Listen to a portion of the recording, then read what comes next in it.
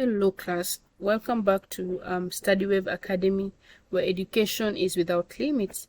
Welcome back to our English class, and let's continue analyzing pronouns and discussing what they are. So we've already looked at what pronouns are and what they entail. So right now let's dive into knowing the types of pronouns. So we're going to be talking about these types of pronouns, and right now I will just majorly discuss every type, briefly talk about them, briefly tell you about these pronouns, and just explain what they do or what they are. So we're going to be looking at various types of pronouns, their explanations. I'd even give you some examples of these pronouns, and above all give you examples in sentences. So these examples will help you in the analyzing the pronouns and even getting to know the pronouns when even someone is talking, or when you're told to identify pronouns in a speech or any writing you'll be given. You're told to analyze pronouns. You'll be able to do so after learning these types. So I just want to go through them, just give you an overview of all the types of pronouns we have. So that is what we're going to be measuring on now, the types of pronouns. So the first type here, I will look at the personal pronouns. So see my screen here, we have the personal pronouns. So personal pronouns are used to refer to specific people, specific places, specific things, and specific ideas. Okay, so when we talk about personal pronouns, they're just used to refer to specific things, people, and specific ideas or specific places. So they change their form depending on whether they are the subject or the object of the sentence. So when you talk about the subject of the sentence and the object of the sentence, the subject is who the action is being done to, and the object is who is doing the action. Okay, so the person doing the action here, let me repeat that again. So the subject of the sentence is like the main person being talked about, or the main person being spoken to, or an action being done to. Then the person doing the action is now the object of our sentence. So the pronouns change depending on who you're talking about, or whether you're talking about a subject or an object in the sentence. So we have this. Before I continue, even these personal pronouns, basically they just refer to specific people. When you're talking about yourself, it's just you, so you'll use a pronoun that replaces your name or yourself. When you're talking about Nigeria, you're talking about a place, a specific place. So when you want to use pronouns, you will use a pronoun that we will refer to Nigeria, and we will replace that Nigeria by a specific pronoun. Okay, so we have examples of these pronouns. We have I, you, he, she, it, we, and they. Those are for the subject. Subject pronouns, basically, when you want to know them, they will begin the sentences. So for example, sentence like, I like reading, you love reading, he is the best teacher, she's the best writer, it's the best pet I have, we love eating, they love playing football. You realize that these subject pronouns begin the sentence. They're always found, they begin the sentence or found at the first position, so they always begin the sentence. Okay, then when you come to object pronouns, take a key note of this. I want you to pay much attention to what I'm saying here, because I don't want you to confuse yourself. When you talk about object pronouns, now they always come at the end or the second after the subject. So for example, you said you love me. Look at that, you said you love me. Where does me come? It comes at the end, but you comes at the front. Okay, you said you love me. Maybe you're telling your mom that, or your friend, you said you love me. So you realize all of them, you and me, are pronouns, but one will come before the other and one will come after the other. So the one that always or oftenly comes before the other most of the time is the subject pronoun, and the one that always comes after the other most of the time is the object pronoun. When you talk about you now, remember that you can be both. You can be both a subject pronoun and can also act as an object pronoun. So for example, I will call you tomorrow. I will call you tomorrow. Look at that. We have two pronouns there. We have I and we have you. I will call you tomorrow. So I is the subject. The person who is going to do the action, it's me. So I will call you tomorrow. And who is going to be done to there? What is the action of calling? Who is the action of calling going to be done to? It's you. So you becomes the the object. Okay, so remember, you can be both. When you start a sentence like, you love singing, you love singing, the you there is a subject because it's beginning our sentence and it is talking about the the action, who does the action directly? It's you. So you do the action directly, so you become the subject there. But when you talk about I will call you tomorrow, you is not performing the subject, but you is not performing the action, but the action will be performed to you. So who will be called? You. Okay, so you becomes our object. So class, I want you to understand something. When you want to know the difference between a subject pronoun and an object pronoun, the subject pronoun is the pronoun that does the action. It is the main action doing pronoun, or the main noun that is doing the pronoun, or doing the action, sorry. So the subject is who is doing the action, or yeah, who is doing the action there. Then we talk about the object, who is the action being done to. Okay, I sang to him. Who sang? I sang. It's me who sang. So I become the subject. Okay, so I becomes the subject of the sentence. I sang to him. Who did I sing to? Who did the action of singing was done to? It's him. So him becomes the object. Okay, so do you get it? When you want to talk about an action being done to someone, the someone who the action is being done to is the object, but the person who is doing the action is the subject.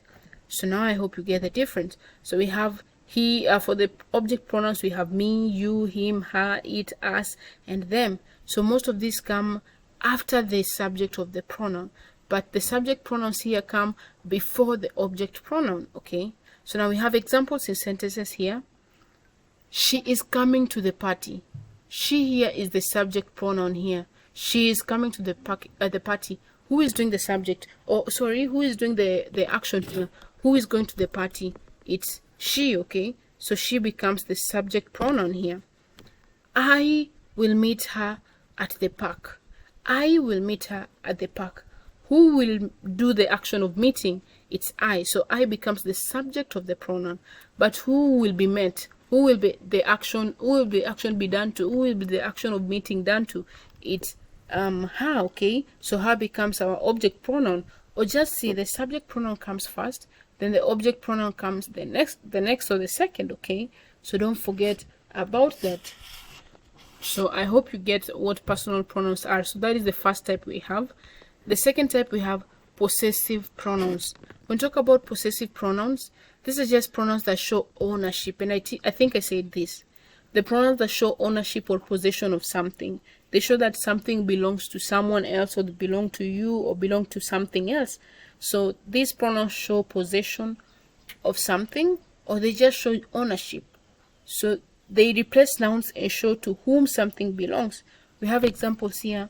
Mine, yours, his, hers, its, ours, theirs. So these pronouns show possession.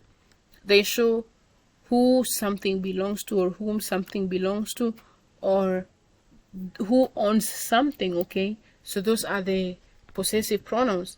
Now an example in a sentence is, this book is mine. The car with the red paint is hers. Look at that. So mine and hers there, they show the possession. Who owns this book? It's me. So mine becomes the possessive pronoun. Okay, then who owns the red car? It's her. So her becomes the possessive pronoun. So these pronouns just show the ownership of something, or who owns something. So don't forget about that too. It's very, very easy to understand it. Okay, let's look at the next step. We have demonstrative pronouns. Demonstrative pronouns, even from just the word to demonstrate, is to show something. Okay, so these pronouns point to specific people, places, or things, and indicate their proximity or distance. Demonstrative pronouns, so they will show, this will show how far something is. Okay, so they're pronouns that will point out a specific person, or a specific place, or a specific thing, and just point out how far that thing is, or where that thing is. So they'll point how far something is. Okay, so these demonstrative pronouns, we have examples here like this, that, these, and those. So class, I want to show you something very amazing here. Read this word, just read it, and read this word. So really, let me underline that properly. So read this word. Yes, so we have this and these. So look at the difference there. Don't confuse that. They're not all said like this, no, or these, no. One is this and one is these. Okay, So this here, the first one, this here, it shows something is next to you. This is my book, this is my bag, this is my pen, this is my mother, this is my friend. So the first one here shows someone who is close to you or next to you, okay? Then that shows someone who is relatively far from you but not that far. For example, that is my pen, that is my book, that is my mother. So someone who is far from you but not very far, okay? Then this is a plural form. Sorry for that. This is plural. These is plural. So instead of saying this is my pen to show singular, like this is my pen, it's one pen. Now when there are a lot of pens, you say these are my pens.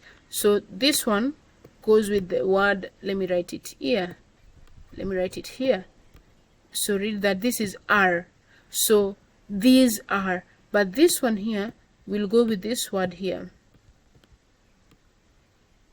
Okay, so this is my pen, these are my pens. So you notice that this first one here will go with the singular form, but these here will go with a plural form. Okay, so when you have a pen and it's close to you, so both of them, notice one similarity between the two of them is that both of them show items that are close to you or next to you or near you.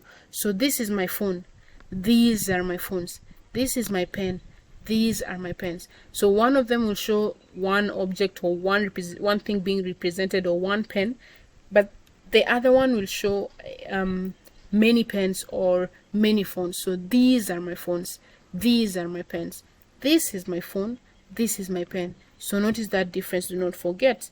Now let me clear what I've written here. So these are the examples of the demonstrative pronouns we have. They just show or indicate the proximity or the distance of something. Okay, so don't forget about that. Then we have examples in sentences. This is my house, those are my favorite books.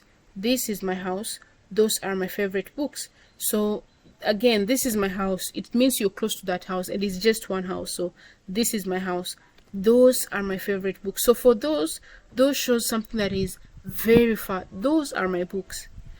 Okay, so that is my book, those are my books. It's something far from me but not that far again. So the singular form of that is that. Okay, the singular form of those is that, but the plural form of that is those.